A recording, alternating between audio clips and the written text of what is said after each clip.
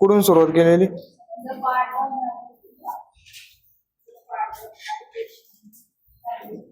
आठवता येत ना सगळे पाठ? सांगा बरं.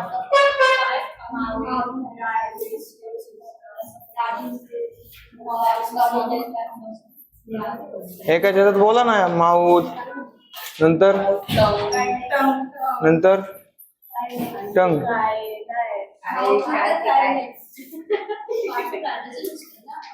हा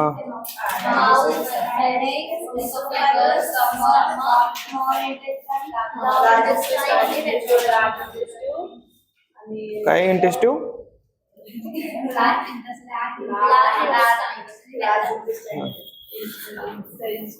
हे आता नवीन ऑर्गन बघूयात. Salivary gland. Salivary gland. Salivary gland. लक्ष द्या आता सगळ्यांनी समोर. ठीक आहे. पहिलं salivary gland are exocrine gland that produce saliva to the system of the duct. Humans have 3 pairs: parotid, submandibular, sublingual, as well 100 numbers of the minor salivary glands. तर salivary gland ही exocrine आणि 2 glands असतात आपल्यात, exocrine आणि endocrine gland. जे exocrine gland असते ती ducts मध्ये पहिल्यांदा त्याचं सिक्रेशन ते प्रोड्यूस करते, त्याच्यानंतर आपल्याला जिथं इम्पॉर्टन्स आहे, यूज आहे, तिथं डक्ट्स मधून आपण ते कॅरी करतो. आणि एंडोक्राइन ग्लँड डायरेक्ट प्रोड्यूस करते त्याचं फ्लुइड वगैरे काय सलाइवा वगैरे असं ते. तर सलाइव्हरी ग्लँड ही एक्झोक्राइन ग्लँड आहे. तर 3 आहेत सलाइव्हरी ग्लँड. पहिली पॅराटॉइड, दुसरी सबमॅन्डिब्युलर, सबलिंग्वल. तर पहिली बघूयात parotid gland. The 2 parotid gland are the major salivary glands wrap around the mandibular ramus in the humans. The largest number of the salivary glands. पुढची हे बघा याच्यात दिलेले लोकेशन नुसार. पॅराटॉइड बोन माहिती आहे ना? बाय पॅराटॉइड बोन तिथं पॅराटॉइड ग्लँड. ते मॅन्डिबल मध्ये सब मॅन्डिबुलर ग्लँड आणि लिंग्वल सबलिंग्वल ग्लँड येते ग्लँड येते. They secrete saliva to facilitate mastication and swallowing, and amylase to bring the digestion of the starch. It enters the oral cavity via parotid duct. तर हे पहिले पॅराटॉइड Gland काय करते, जे त्याचा सलाइवा आहे ते आपल्याला चिविंग साठी आणि सॉल्विंग साठी मदत करतो, त्याच्यातून जो प्रोड्यूस होणारा सलाइवा. देन दुसरे सबमॅन्डिबुलर ग्लँड. तर ही ग्लँड काय करते, are pair of the major salivary gland located beneath of the lower jaw and superior to the digastric muscle.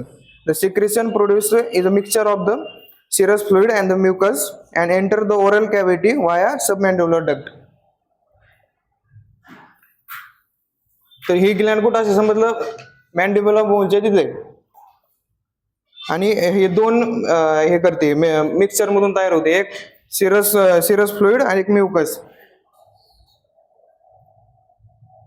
Then a sublingual gland. Sublingual gland are a pair of the major salivary glands located inferior to the tongue, anterior to the submandibular gland. Inferior म्हणजे anterior म्हणजे आत बाहेर. ठीक आहे. Approximately 5% of the saliva entering the oral cavity comes from this gland. 5% जो पूर्ण saliva बनतो त्याच्यापैकी 5% हा सब लिंग्वल ग्लँड पासून येतो. The secretion produce is mainly mucus in nature. Mucus नेचरचं याचं सिक्रेशन असतं sublingual ग्लँडचं.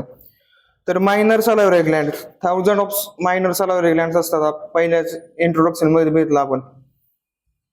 There are the 800 to 1000 salivary glands located through oral cavity within the submucous of the oral mucosa, in tissue of the buccal and lingual mucosa. तर 800 ते 1000 एवढे छोटे छोटे पण अजून ग्लँड असतात. हे मेजरली 3 आहेत, ह्याचे पण अजून छोटे छोटे ग्लँड्स आहेत. 800 ते 1000 इथपर्यंत. ते पण आपल्याला सॉल्विंग साठी आणि चिविंग साठी मदत करतात, सलाइवा प्रोड्यूस करतात. त्या ओरल कॅव्हिटीच्या जे टिश्यू आहेत, ओरल कॅव्हिटी मध्ये टिश्यू आहेत, डिफरंट डिफरंट प्रकारचे बकल कॅव्हिटी मध्ये, त्याच्यातून आपल्याला सलाइवा प्रोड्यूस करतात. हे मायनर सलाइव्हरी ग्लँड. मेजर 3 आहेत, पॅराटॉइड, सबमॅन्डिब्युलर, सबलिंग्वल. तर याचा blood supply external carotid artery, venous drainage, jugular vein and composition of saliva. आता सलाइवा मध्ये काय काय असतं ते बघूयात. 1.5 liters of the saliva produce daily and it consist of. रोजच्या 24 तासात आपण 1.5 लिटर सलाइवा तयार करतो.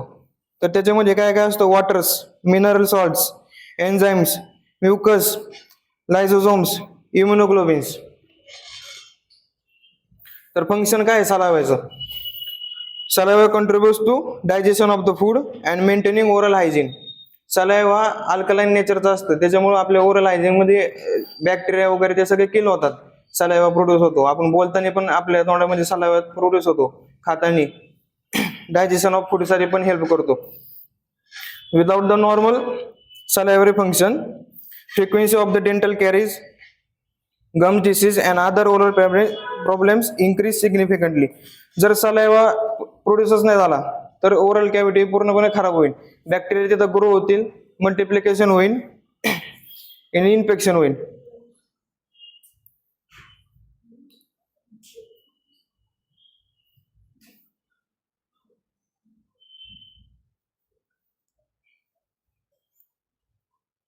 नंतर lubricant.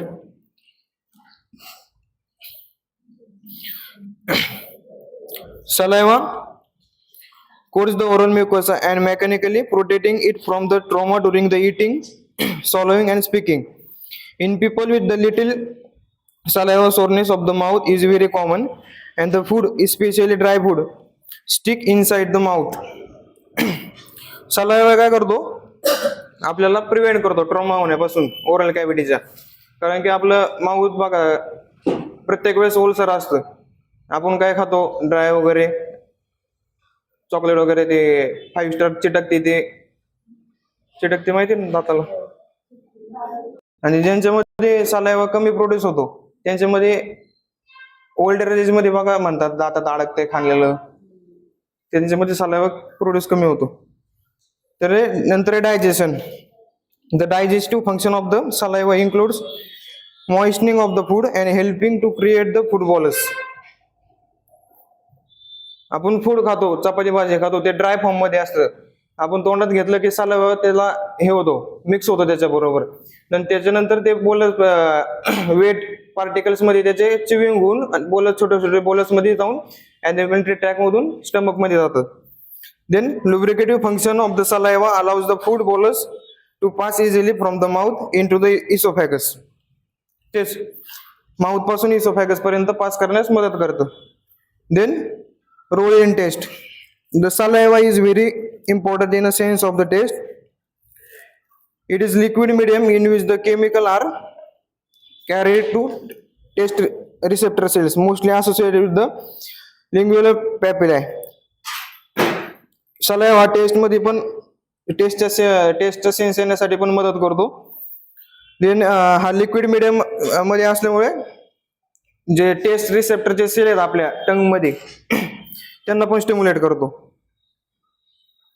Then other function. Saliva maintains pH of the mouth and saliva is a supersaturation with the various ions. नंतर pharynx. Pharynx हा बघितला आपण रेस्पिरेटरी ट्रॅक मध्ये. परत एकदा बघूयात.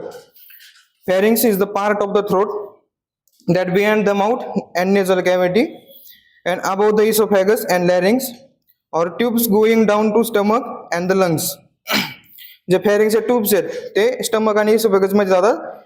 आणि फॅरिंग्स हा कुठे? Behind the mouth and nasal कॅव्हिटीच्या माग.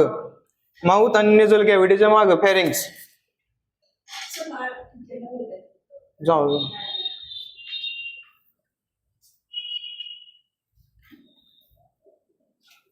ठीक आहे.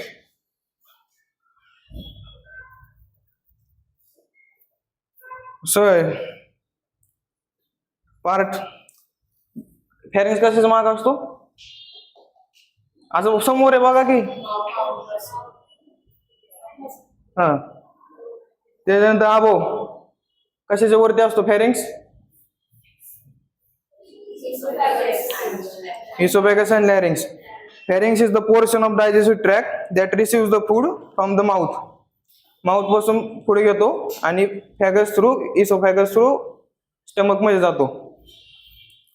Then branching of the pharynx is a esophagus which carries the food to stomach. And next, बघा फूड टंग, फूड पार्टिकल आला फॅरिंग्स मध्ये गेला, एपिग्लॉटिस उघडलं, त्यानंतर इसोफॅगस स्फिंक्टर, देन इसोफॅगस, मग खाली स्टमक मध्ये. नेक्स्ट इसोफॅगस, हे पण बघितलं आपण.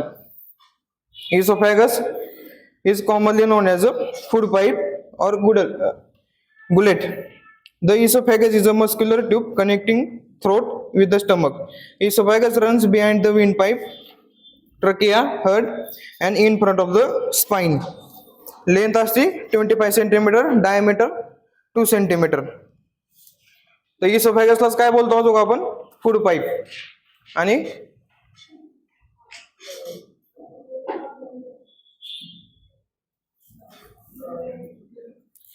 गुलेट हे एक मस्क्युलर पार्ट आहे जो थ्रोट आणि स्टमकला कनेक्ट करतो.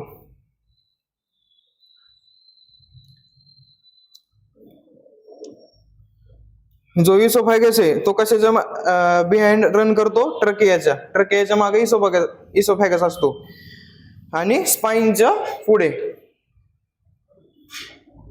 इसोफेजियल ट्यूब, स्पाइनच्या पुढे आणि ट्रकियाच्या मागे, ट्रकिया आणि हार्टच्या मागे. 25 सेंटीमीटर लेंथ असते, 2 सेंटीमीटर डायमीटर असतो. ही त्याची डायग्राम आहे. त्याच्या स्पिंटर्स असतात.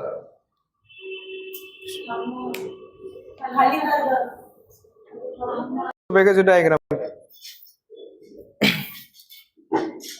एक ऑर्गन संपल्यानंतर किंवा एक ट्यूब संपल्यानंतर दुसऱ्या ट्यूबला जॉईन होती, तिथं स्पिंटर असतो. तो स्पिंटर ओपनिंग क्लोजिंगचं काम करतो. म्हणजे त्या स्पिंटरला स्टिम्युला भेटला, फूड आलंय, तर इपिग्लॉटिस पहिल्यांदा ओपन होणार, मग इसोफेजियल ट्यूब चालू होणार, मग इसोफेगस मधून खाली येणार स्टमक मध्ये, मग स्टमक मध्ये असतं पहिल्यांदा फंडल स्पिंटर, मग स्टमक मध्ये जाणार, त्याचं काम करणार फूड, आणि गॅस्ट्रिक ऍसिड खाली जाणार, तर गॅस्ट्रिक स्पिंटर असतो. गॅस्ट्रिक स्पिंटर मध्ये गॅस्ट्रिक स्टिम्युला भेटणार की फूड आले, सगळं डायजेस्ट झाले, अनडायजेस्ट फूड आता रेक्टम आणि एनएस मध्ये पाठवायचं. स्पिंटरचं काम हे स्टिम्युलेस करायचं. कायम ओपन राहत नाही. हवा आली की इसोफॅगसची जे एपिग्लॉटिसची जी फ्लिप आहे तो बंद राहतो. इसोफॅगसचा दार बंद राहतं हवा आली की, श्वास घेतो तेव्हा तो ट्रकियामध्ये जातो, ट्रकियामधून लंग्स मध्ये जातात. जर ते एपिग्लॉटिसचं फ्लॅपचं काम बिघडलं तर ठसका लागल. ते हे बघा, हे खालची डायग्राम आहे पेरिस्टाल्सिस मुवमेंटची. पुढं असं वेव्ह फॉर्म मध्ये जातं कधी पण. ठीक आहे. Structure. The wall of the esophagus from the lumen outside consists mucosa, submucosa, connective tissue, layers of the fibers between the layers of the fibrous tissue and outer layer of the connective tissue. The mucosa is a stratified squamous epithelium of around 3 layers of the squamous cell, which contrasts the single layer of the columnar cell of the stomach. The most of the muscle is a smooth muscle along the striated muscle predominates in its upper third. तर हे सगळे तुम्ही tissue पाहिलेत, टिश्यूचे types, सेलचे types, कॉल्युमनर, क्युबॉइडल, कॉल्युमनर epithelium, स्ट्रायटेड. ते प्रत्येकाचे वेगवेगळे function आहेत, ते बघितलेत ना. तर मग आता सांगा, स्ट्रायटेड स्क्वॅमस एपिथेलियमचं काय फंक्शन आहे? ठीक आहे. पुढे द टू मस्क्युलर रिंग्स और sphincter in its wall, one of the top and one of the bottom. बघा, तू बोललो ना स्पिंटर, एक वरती असतो टॉपला आणि एक बॉटमला असतो. The sphincter is a circulatory muscle that normally maintain constriction of the natural body passage or orifice and which relax are required by normal physiological functioning. जे रिलॅक्स होतं तेव्हा त्याचं नॉर्मल फिजिओलॉजिकल फंक्शनिंग चालू होतं. जर तिथंच अडकून राहिलं फूड इसोफॅगस मध्ये राहिलं अडकून फूड तर तिथं इन्फेक्शन वगैरे होऊन ते सर्जरी करून काढावं लागेल जर स्पिंटरच्या कामाबरोबर झाले नाही तर. The lower sphincter helps to prevent the reflex of the acidic content. Stomach मध्ये ऍसिडिक कंटेंट असतो.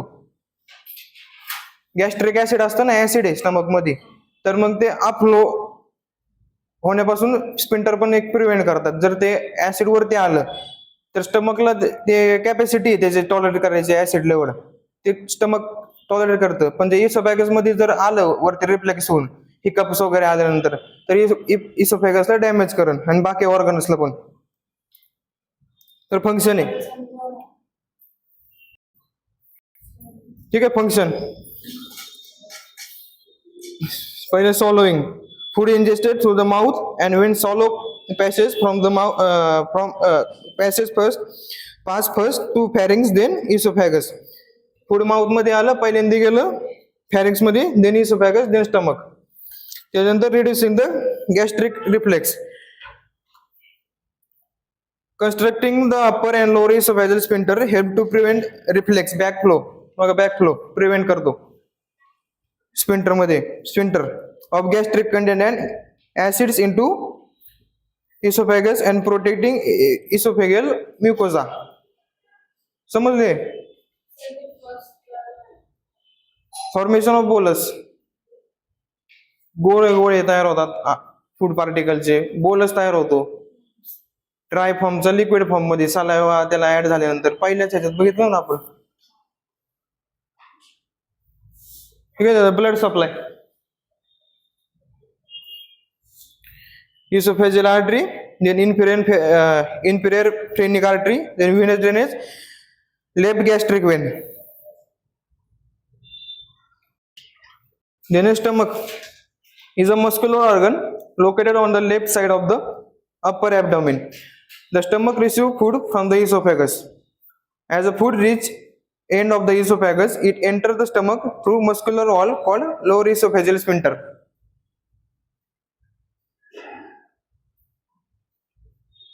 स्टमक हा एक मस्क्युलर ऑर्गन आहे, तो लेफ्ट साइडला आहे, डाव्या साइडला अप्पर ऍब्डोमेन मध्ये. तिकडे मागे बघा 9 रिजन आहेत तुम्ही लिहिलेले, त्याला काढा चार्टला आणि त्याच्या खाली अजून लिहा कुठल्या कुठल्या रिजन मध्ये कुठले कुठले ऑर्गन आहेत.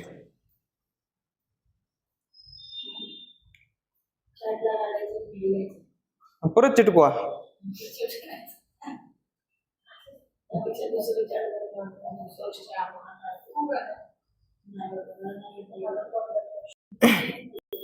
इसोफॅगस मधून स्टमक मध्ये यायला लागतं तर लोअर इसोफॅजियल स्पिंटर, बोलतो ना 2 स्पिंटर अप्पर अँड लोअर, तर लोअर इसोफॅजियल स्पिंटरला सिग्नल भेटतो आणि फूड स्टमक मध्ये जातं. तर हे 9 रिजन्स, याचे डायग्राम विचारतात, डायरेक्ट क्वेश्चन विचारतात. Draw the diagram of stomach 9 region. हा ते काय तसे काढले तसे काढायचे. आणि ह्याच्यात पण नावं नाहीत, पण ह्याच्यात नावं द्यायचे. कुठल्या रिजन मध्ये कुठले ऑर्गन्स आहेत त्याचे पण नावं द्यायचे. ह्याच्यात पण नाहीत, माझ्याकडे पण नाही, गुगलला सापडेल तुम्हाला.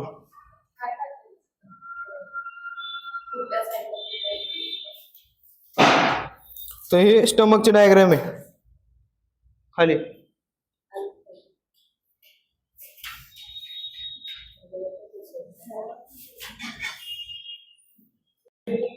स्टमकचे डायग्राम आहे ना बुक मध्ये.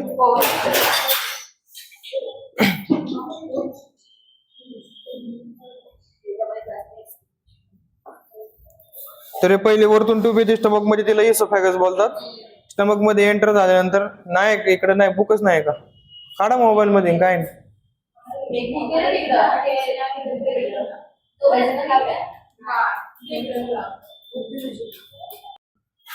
ते पहिले ट्यूब आली ती इसोफॅगस आहे बघा वरतून आलेली, त्यानंतर स्टमक सुरू होतं.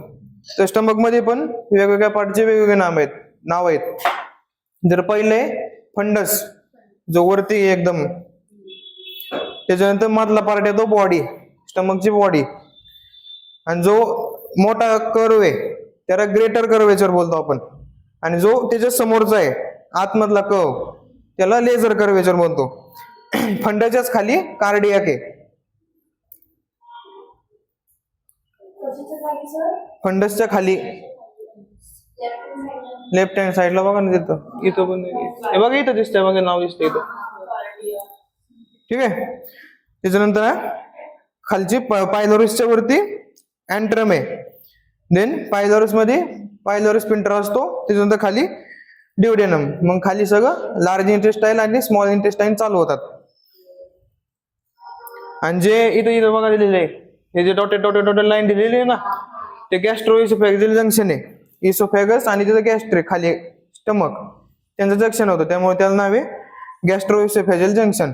जर स्टमक वरती क्वेश्चन आला, इंट्रोडक्शन लिहायचं, डायग्राम काढायचे, नाव देऊन 5-6 नाव तरी द्यायचे, मग बाकीचं सगळं लिहायचं. आता रिलेशन बघूयात. अँटेरियरली समोरच्या बाजूला काय स्टमकच्या, अँटेरियरली अँटेरियर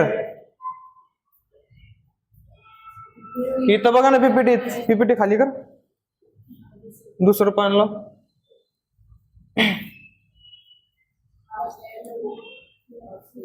ठीक आहे. अँटेरियरली बघूयात आता. अँटेरियरली काय आहे, left lobe of the liver and anteriorly abdominal wall. Liver मध्ये 2 लोब्स आहेत, एक राईट एक लेफ्ट. त्यातलं लेफ्ट लोब आणि अँटेरियर ॲब्डोमिनल वॉल अँटेरियरली आहेत. Then posteriorly abdominal, aorta, pancreas, spleen आणि लेफ्ट किडनी. लेफ्ट साइडला स्टमक आहे म्हणून सगळं लेफ्टचं येणार. Left kidney, spleen, pancreas posteriorly.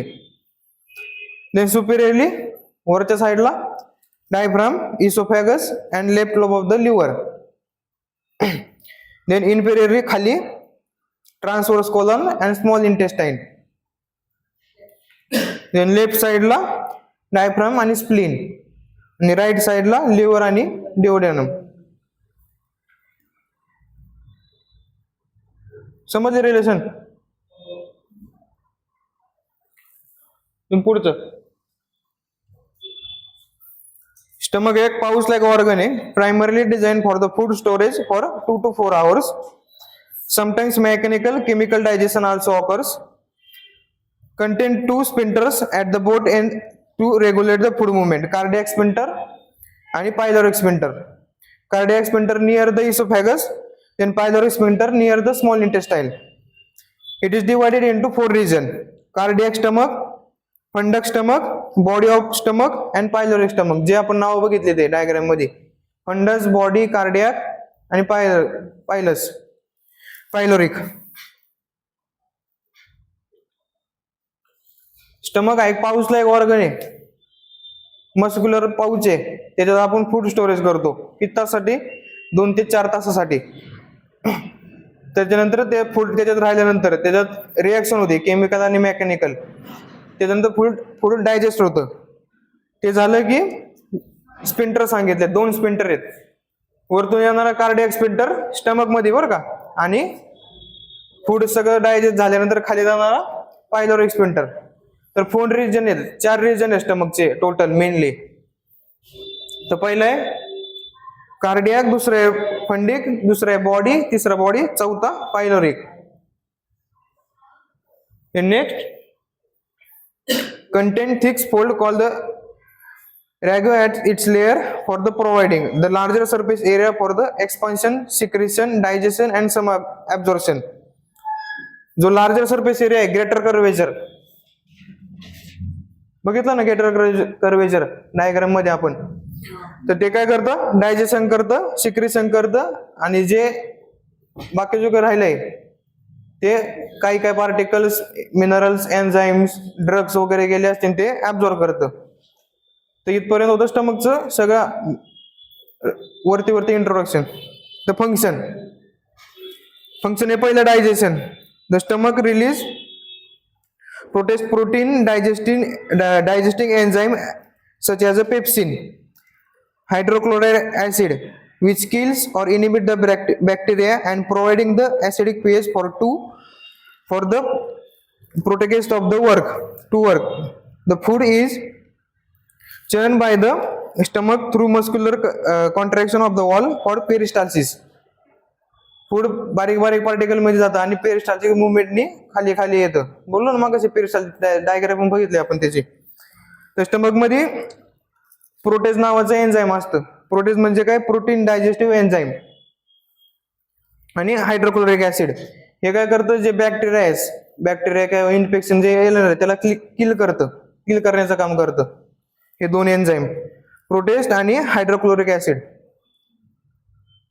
दुसरं आहे ऍब्झॉर्प्शन. दुसरं function, some absorption of the certain small molecules nevertheless does not occurs in the stomach throughout its lining. म्हणजे काय ऍब्झॉर्प्शन स्मॉल पार्टिकलचे ऍब्झॉर्प्शन स्टमक मध्ये होत नाहीत, ते लार्ज इंटेस्टाईन आणि स्मॉल इंटेस्टाईन मध्ये होतात.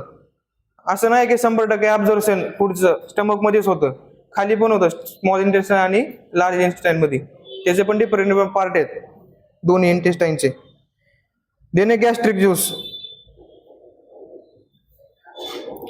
Gastric acid, gastric juice and stomach acid हे तीन नाव आहेत. Is a digestive food form in the stomach and compose hydrochloric acid. त्याला HCl बोलतात. Potassium chloride KCl, sodium chloride NaCl. The acid plays key role in the digestion of the protein by activating digestive enzyme and making indigested protein unrevealed so that digestive enzyme break down to longer chains of the amino acids. Chip cell, parietal cell, mucous cells and G cell. त्याच्यात काय बघा? Chief cell म्हणजे secrete pepsinogen and inactivated enzyme. ही chief cell जी असते stomach मधली ती पेप्सिनोजनला सिक्रेट करते. Then parietal cell secretes HCl and intrinsic factor which helps absorption of the vitamin B12 in intestine. MCQ ला क्वेश्चन विचारतील. इंट्रिन्सिक फॅक्टर मध्ये parietal cell कोणतं ऍब्झॉर्प्शन करते? कोणत्या विटामिनचं ऍब्झॉर्प्शन करते? Vitamin B12. Then mucous cell secrete mucus and alkaline substance to help the neutralize hydrochloric acid in a gastric juice. In G cell secretes hormones called gastrin which stimulate the parietal cells and overall the gastric layer. That's a blood supply stomach चा.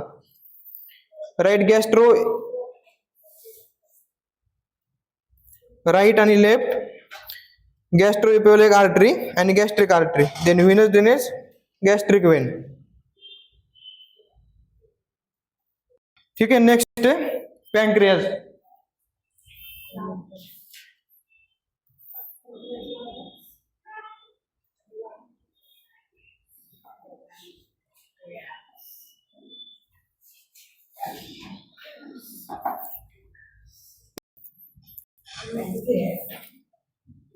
Pancreas बरं शांत होता. Pancreas is a glandular organ in the digestive system and endocrine system of the vertebra. It is located in the abdominal cavity behind the stomach. It is an endocrine gland and producing the several important hormones including insulin, glucagon, somatostatin, pancreatic polypeptides and all of the circulate in the blood. The pancreas हा काय ग्लँड्युलर organ आहे. तो स्टमकच्या behind असतो, माग असतो. स्टमकच्या माग झालं इथं रिलेशन समजलं. स्टमकचं एक पोस्टेरियरली पॅन्क्रियाज आणि लेफ्ट किडनी असते. आणि ह्या पॅन्क्रियाज हा एंडोक्राइन ग्लँड आहे. Endocrine gland, exocrine gland, endocrine gland बघितले ना आपण. एक्झोक्राइन ग्लँड कुठली होती? Endocrine gland. तर पॅन्क्रियाज मध्ये कुठले कुठले हार्मोन्स आहेत ते सिक्रेट होतं? इन्सुलिन, सगळ्यात महत्वाचा हार्मोन इन्सुलिन. त्यानंतर ग्लुकागॉन, त्याच्यानंतर आहे सोमास्टॅटिन, त्याच्यानंतर आहे पॅन्क्रियाटिक पॉलिपेप्टाइड. हे सगळे हार्मोन पॅन्क्रियाज सिक्रेट करतं. समजलं? त्याची लेंथ आहे 15 सेंटीमीटर और 6 inches. तर हे बघा पॅनक्रियाज.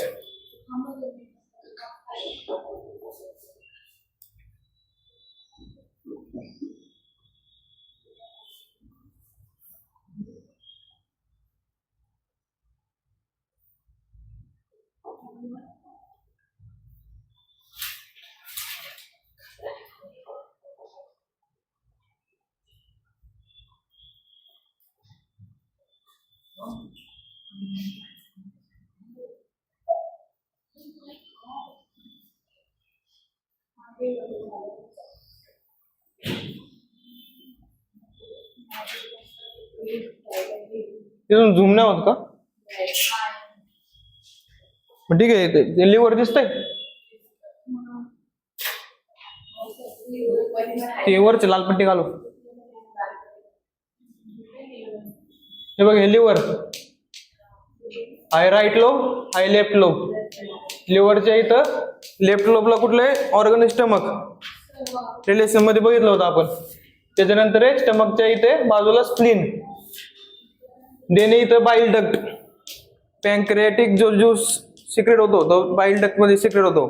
आणि या खाली गॉल ब्लॅडर. जे युरिनरी कॅल्क्युलाय माहिती ना, मूतखडा. बाईल डक्ट आणि गॉल ब्लॅडर मध्ये हे झाल्यानंतर ऍसिड सिक्रेशन वाढल्यानंतर बाईल डक्ट. नाही नाही काय बोलते. ठीक आहे. तर याच्यात होतं जे युरिनरी कॅल्क्युला आहेत ना, याच्यात एमएसएन मध्ये आहे तुम्हाला. त्याचे पण 3-4 टाइप्स आहेत.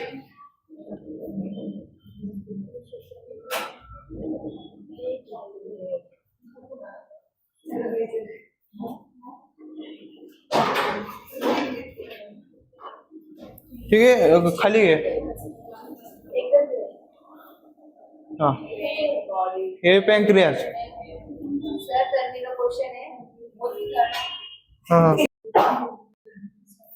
ग्रीन मध्ये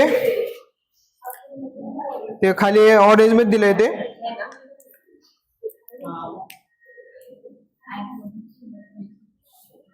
पुस्तकात आहे का नाही? वेगळे आहे का? नाव आहेत का? Head, body, tail. ठीक आहे. इथं दिसत असेल ना नाव दिसतात ना.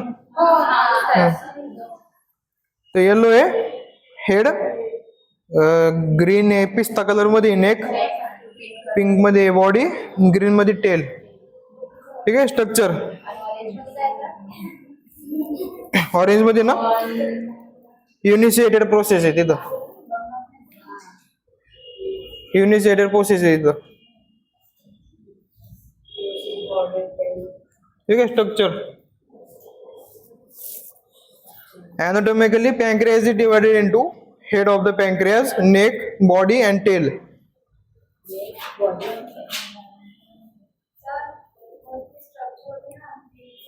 एक आहे त्याचे ना.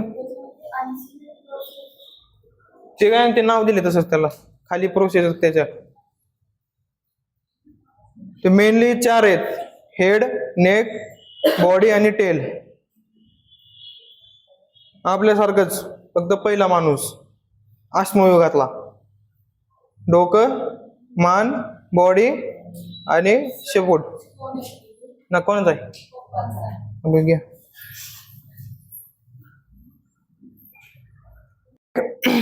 is about 2.5 centimeter or 1 inches long. Lies between the head and the body. The body is the largest part of the pancreas and lies behind the pylorus. The tail end by the upcutting the spleen. Neck he 2.5 centimetre इतकी long असते. Neck कुठे नेकचं location काय आहे? Head आणि बॉडीच्या मध्ये. ठीक आहे. बॉडी हा लार्जेस्ट पार्ट आहे पॅनक्रियाचा आणि पायलोरिसच्या माग आहे.